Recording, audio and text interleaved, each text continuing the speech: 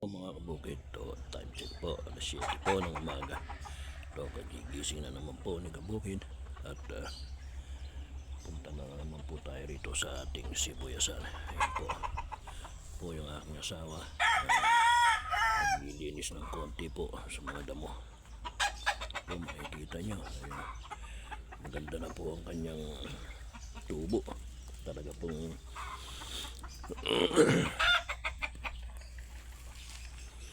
ayan po ating mga alagang manok, mga bukid.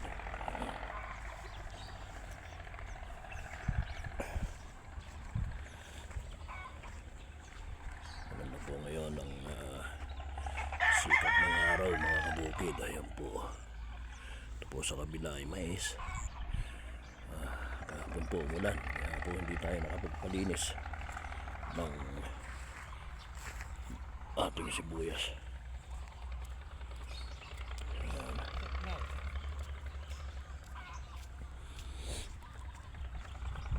Anaut lamo tayo kinto ay dalin to ame anaut me anaut latte dalin mapagkat. So hindi pa po pwede kasi po apa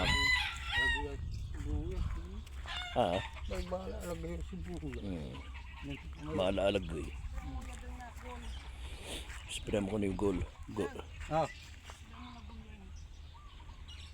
arating dalan to po mga kaibigan, mga kabukid.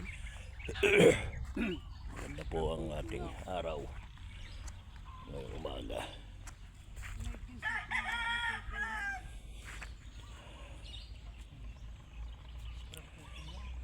Yung makikita nyo po yung sibuyas ngayon tayong tayo po. Sana po wag pong magbago mga kabukid, ganyan po kasi po yan po itong ulan po na ganito pasulpot na ulan yan po ang nagdudulot ng mga uod.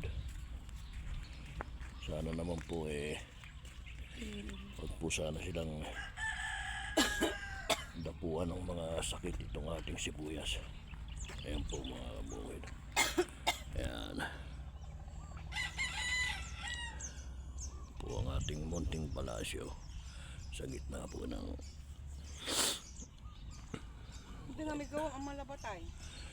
sinipon po si kabukid dahil malamig po ngayon umaga.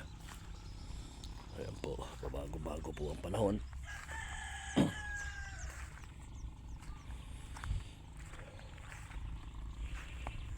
Ayan po, dito po kung makikita nyo madalang po, yan lang po din ang kagandaan po ng kasi po dun sa mga dun po sa mga makakapal po magbabalasbas pa po sila, yung pong tinatawag na magbabawas.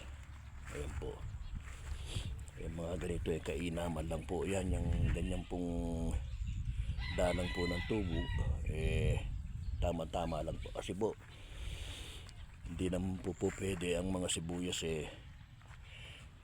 magkadikit-dikit po sila, hindi po sila mamumunga po ng may sinasabi po silang pickles tsaka goods.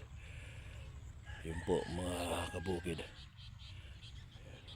para po kaya po sila sabi nilang balasbas na magbabawas para po yung bunga po nila maging goods lahat, malaki po mga kabukid, hindi po yung pickles lang na maliliit. Ayan, yung gilid po ng ating tinatamnan din na po, pinasabugan din po natin ng ng mga buto. Ayan po mga kabukid, ayan. Kaya po kailangan tanggalin po yung damo na yan kasi po para po walang kaagaw na tumubo yung ating sibuyas at yung pagtubo nila yung magiging bunga niya po sa ilalim malalaki kaya maganda po.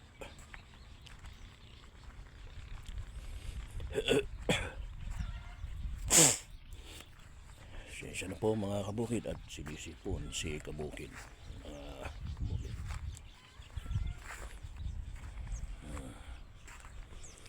Po, diretso na naman po tayo rito sa ating maliit na kubong nagiray at yung manggang natumba. Yan po. Maganda na po tubo. Ito po, lumubog na naman po yung araw. Hindi po natin alam kung may low pressure po. Yan po ang panahon, no? Makikita nyo. Lumubog yung araw. Maganda na po sikat kanina ng araw. Ngayon lumubog na naman. Dito po yung mais sa ating kabilang bukid po. Tanim po nila. Ayan po mga bukid. Tingnan, maganda na po ang tubo. Pare-parehas. Ayan po ito, makapal. Ito po yung sinasabi ko sa inyo kanina na hindi masyadong makapal na yun, ayos lang po yun. Ito, magbabawas po tayo rito. Balasbas na sinasabi nila. Kasi po kailangan bawasan po yan.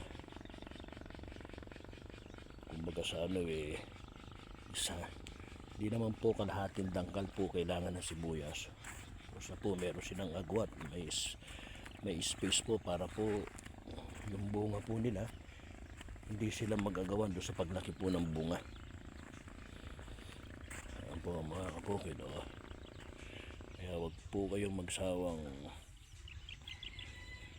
manood ng aking video para po masundan nyo po ito hanggang sa aming pag-harvest mga kabukid. Ayan, dito po tayo naman sa ating munting kubo na nagkiray na. Ayusin po natin yung kubo na yan.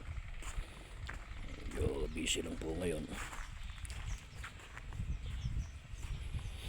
Ayan po.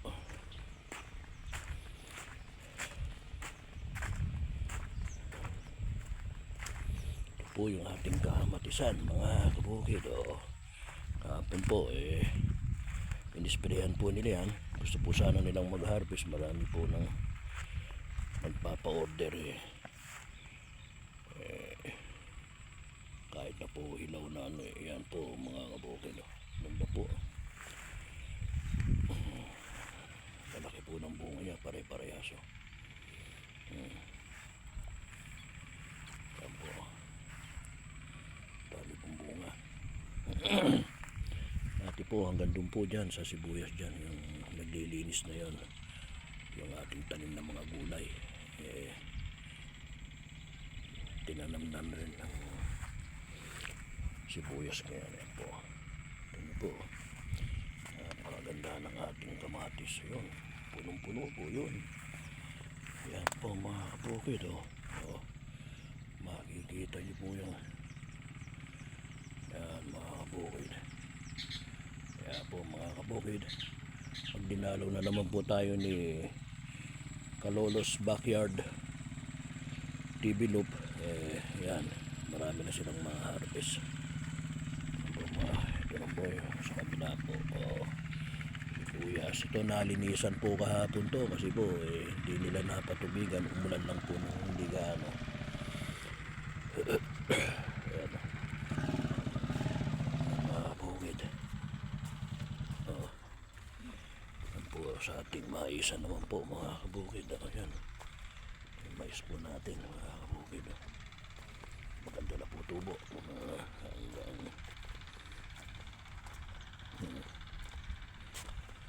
yan po mga kabukid. Susunod po yan, patataas na yan. Makikita nyo po yung bulaklak niya. Mamumulaklak na po yan. Ayan, hindi po malalaki na. Kung nasundan nyo yung aking mga video po, wala pa pong bunga yan. Isang finger lang tawag dito. Maliliit pa lang ang bunga niya. Ang bunga, ang tubo po. Yan po.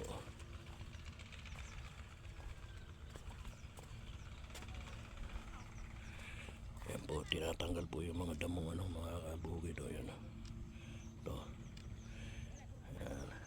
Ito po maganda ang tubo. Hindi naman po kadalangan pero tamang-tama lang po yan. Hindi na po magbabawas dito. Doon lang po magbabawas sa mga kapal. Yan. Sige po mga kabukid, hanggang dito na lang. Magandang umaga po sa ating lahat at sana po ay nasa magandang kalagayan po tayo na. Sige po. See you po mga kabukid. Bye bye.